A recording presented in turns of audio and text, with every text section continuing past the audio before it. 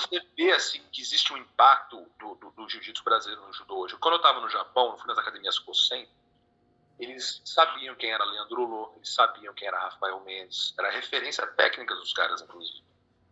Então hoje você vê o jiu-jitsu brasileiro influenciando o judô de maneira inversa, né? Foi um movimento contrário, né? Voltando para o Japão com um brasileiro. Sim, sim. É muito interessante. E eu acho que é legal isso, é legal de observar. Isso foi a coisa que eu mais gostei, essa produção toda, escrever o livro, fazer o documentário e tal, foi observar esse intercâmbio cultural aí. Para mim, eu achei isso aí muito, muito bacana de estudar, de aprender a respeito. Não, e você fez muitas entrevistas, né? Você pesquisou bastante sobre a história do jiu-jitsu. E até você tá mostrando pra gente que não é muito bem o que a gente sempre ouviu falar, né? A origem do jiu-jitsu, né? Não é dos samurais, né? É da Índia, dos budistas? Não, assim, quando a gente fala de jiu-jitsu, é uma palavra complexa, né? Porque o jiu-jitsu ele é um termo pré-meiji, é um termo muito mais antigo que o termo judô. Mas ele é um termo genérico, não tem nada a ver com o que nós fazemos. O jiu-jitsu é uma coisa que os samurais faziam. Não. Os samurais, eles praticavam com armas. Tinha alguma técnica corporal? Provavelmente, assim, mas treinavam tanto quanto um soldado brasileiro treina. Luta corporal não faz sentido o cara ficar treinando muito tempo, luta no chão. Uma guerra medieval, isso não faz sentido. Entendeu? Faz muito sentido você colocar a tua ênfase com armas. Então, é o que eles treinavam. Agora, o judô é uma escola, essas muitas escolas de jiu-jitsu, o judô se tornou a mais dominante. Mas como no começo do século XX os termos eram utilizados de maneira quase... É como você falar sem kimono e grappling. É a mesma coisa, são duas palavras diferentes para a mesma coisa. O American Jiu-Jitsu e o Brazilian Jiu-Jitsu. Um termo ficou mais dominante que o outro. O que aconteceu? O termo, quando o Maeda sai, quando a primeira leva de japoneses saem do Japão, o termo comum ainda era jiu-jitsu, não era judô. Então eles usam muito o jiu-jitsu, às vezes eles usam o judô, mas o judô é um termo moderno, o jiu-jitsu é um termo mais antigo, mas também mais comum. Com as novas levas de japoneses que chegam, eles começam a usar mais o termo judô, porque a Kodokan se torna a principal escola de jiu-jitsu no Japão. Então acontece, só que muitos dos brasileiros, principalmente a família Gracie, eles já estavam acostumados ao termo jiu-jitsu, eles continuaram, embora o que eles estavam praticando fosse judô. Era o judô clássico, Kodokan, assim, o estilo mais clássico Kodokan, que é o que a família Gracie praticava no começo. Não era jiu-jitsu, assim, no sentido da medida da palavra. Isso criou uma confusão tremenda, né? Porque as pessoas acreditam que nós resgatamos algo que os samurais faziam. Falei, não, gente, o que nós fazemos não é Kosen judô, é parecido com Kosen, mas não tem influência nenhuma do Kosen, não tem influência nenhuma dos samurais. O que nós fazemos é o judô Kodokan modificado, a lá brasileira, a lá tupiniquim. Nós demos ênfase no chão, tiramos a ênfase da luta de pé, colocamos a ênfase no chão, e com aspecto marcial, né? Defesa pessoal, vale tudo, que faz parte da cultura também do jiu-jitsu brasileiro. Mas não tem escapatória, gente. O que nós fazemos é judô, não existe nem debate. É que criou-se uma confusão enorme, né? Porque o termo jiu-jitsu se espalhou no Brasil e as pessoas entendem que fosse algo resgatado da era samurai, e não tem nada disso. Cara, pois é. E outra coisa, eu até ia perguntar, porque você chegou a comentar, não sei se já tem, se é concreto ou não, isso até é uma pergunta que eu vou te fazer. Você falou que até a linhagem Fada, muitas vezes ele pode ter treinado com Hélio Gracie, então ela não é 100%, como eles falam, sem os Gracies, e talvez o Gracie não tenha, o Carlos, né, não tenha treinado com o Maeda, né? Então, assim, pô, já foi um choque essa sua informação. Já é concreto ou não? Ou é só base de relatos, porque também não tem nada comprovando, né? Como é que é? Isso é uma questão de metodológica e de história, tá? Isso aí não é minha opinião, não é assim, você pode perguntar para qualquer doutor em história, se você perguntar como é que funciona uma pesquisa histórica, eles vão te explicar a mesma coisa. Parte do princípio de que não é. Da mesma maneira que na lei o sujeito é inocente até que se prove o contrário, né? Não é assim que funciona? Se você me acusar de alguma coisa, então você tem que provar o quê? Você tem que provar que eu sou... segundo, minha tela travou aqui. Caramba. Foi? Eu tô te vendo normal. Tá, agora voltou. Então, da mesma maneira, assim, que se você me acusar de alguma coisa, você tem que provar. Você não pode só me acusar. Não é verdade? Isso é verdade. Se você faz uma alegação, se, por exemplo, o ônus da prova recai sobre quem faz a alegação. Então, quando alguém fala que o Carlos foi aluno do Maeda, ou que o Luiz França foi aluno do Maeda, o ônus da prova recai sobre aquela pessoa. Uhum. Ela que tem que mostrar para mim a evidência, entendeu? E o que nós temos de evidência em relação ao aprendizado do Carlos com o Maeda e do Luiz França com o Maeda são um relato do próprio Carlos e, no caso do Luiz França, do Oswaldo Fada. Uhum. E o Luiz França dizia isso a mesma coisa, né? Os alunos dele, um aluno dele, o Antônio Vieira, fala que o Luiz França realmente falava isso. Pode ser verdade, mas pode ser, é especulação, gente, não é prova, não é evidência. E no caso do Carlos, é um testemunho suspeito. Por quê? Porque ele tem tudo a ganhar com a relação. A evidência que nós temos, a evidência concreta, é que o Carlos foi aluno do Jacinto Ferro, que por sua vez foi aluno do Maeda.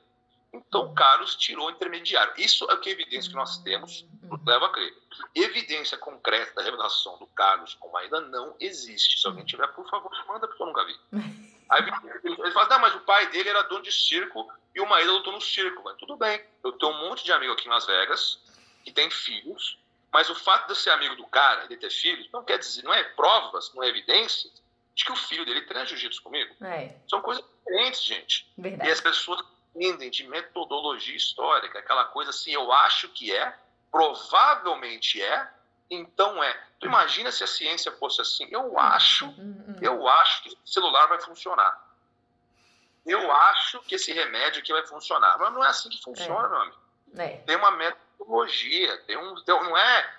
As pessoas acham que história é opinião. Vou te dar um exemplo, como é da encrenca. As pessoas acreditam que a opinião de uma testemunha viva e ocular é mais importante e melhor do que assim, a análise histórica. Não, o cara viu, o historiador não viu nada. Gente, o historiador não dá opinião. O historiador, ele constrói uma frase, ele pesquisa com milhares de fontes, milhares, é uma construção, é um edifício, não é uma coisa só. E o testemunho de uma pessoa só, ele é suspeito. Por quê? Porque as pessoas mentem, elas se esquecem. Então, benefício próprio, né? Que nem você falou. Próprio. Claro, se eu me beneficiar politicamente, socialmente, emocionalmente, financeiramente, eu tenho tudo a ganhar com a mentira, ou com uma pegada narração, então não tem que ser suspeito, tem que ficar peraí, calma, não é assim, tem que...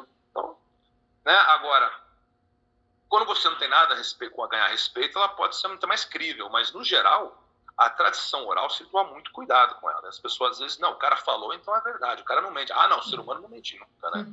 Todo mundo é verdadeiro, né? Todo mundo é santo, não mente. Então, o historiador tem que ser um pouco cínico, né? Eu acho que a maneira tem que ser um pouco cético, assim, e não ter a tradição oral como uma fonte, assim, inegável. Tem que tomar muito cuidado com ela. E o que nós temos sugere, na verdade, que o Luiz França foi aluno a Luiz França foi aluno da Camila Grace, na verdade. Do Hélio, né? O Hélio especificamente, né? Que era quem mais dava aula na academia. Assim, o caso vai se afastando aos poucos, fica mais dado para o esoterismo e para a nutrição.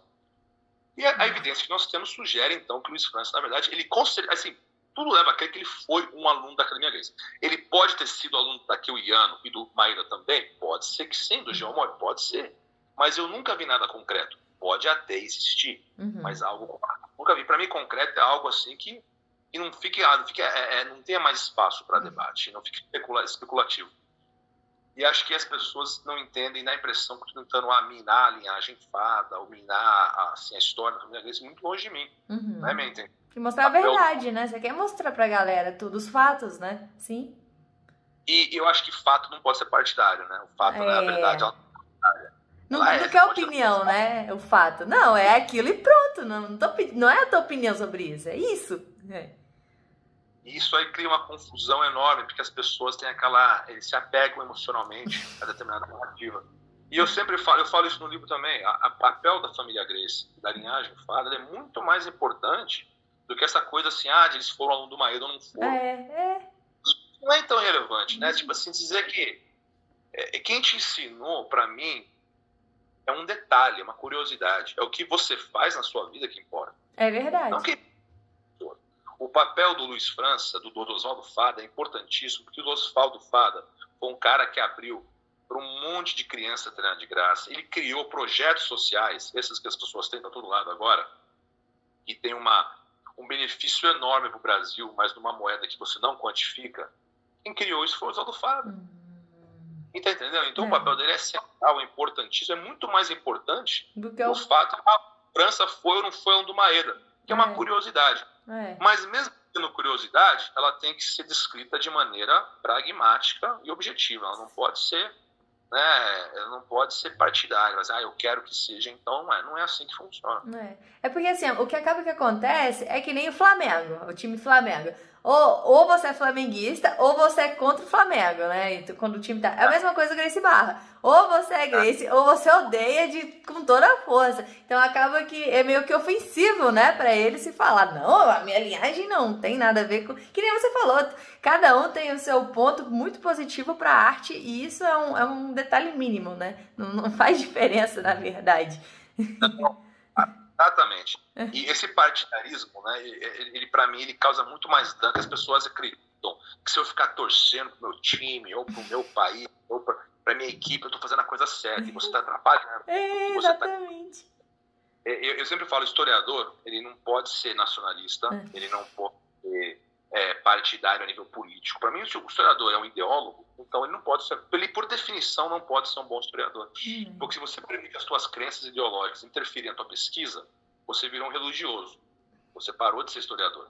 Você já não é mais um cientista, você não é mais um pesquisador, agora você se tornou um fanático. Porque você está buscando a verdade que lhe convém emocionalmente. Está pegado à narrativa. Então você já não está mais no caminho certo da história, você já divergiu do caminho correto. Você tem que ser imparcial. Inclusive, para um historiador, se a narrativa dele for anti-Brasil, mesmo que ele seja brasileiro, ele não quer ter nada a ver com o patriotismo dele. Se a conclusão dos fatos ela não lhe convém, os fatos são ilesos, eles não mudam. Entendeu? E as pessoas não conseguem separar o apego emocional a uma determinada narrativa de uma análise histórica imparcial e pragmática. É verdade. E aí, muita gente já te xingou, já brigou com isso, com essas informações que você deu? Já. Aqui eu sou eu tô ferrado, né? Porque aqui eu sou anti-americano e no Brasil eu sou brasileiro. Vou ficar sem... Daqui a pouco eu tenho 2 passaportes, eu tô sem passaporte nenhum. Tem que ficar foragido em algum outro país, porque... Não, país pra mim adotado, eu vou pro Japão. Não, é verdade, tem aquela coisa que eu sou anti-Gracie, anti-Fada, anti-Brasil, anti-Estados Unidos. Mas assim, acho que a maior parte das pessoas que se deram ao trabalho, de repente, ouvir uma entrevista minha completa e não só pegar o título da matéria, né? Muitas vezes as pessoas julgam baseado numa sentença, né? Uma coisa que eu falei. Ou se deram ao trabalho de ler o livro, por exemplo, eu acho que elas... Vão te compreender, né? Eu acho, exatamente. Eu acho que vão ter um entendimento mais completo assim, do nosso objetivo, que sempre foi a imparcialidade e a objetividade histórica. Ela nunca foi partidária, nem pró-Estados Unidos, nem pró-Brasil, nem pró, nem anti-Gracie. Sempre foi. Isso que aconteceu. Vamos lá.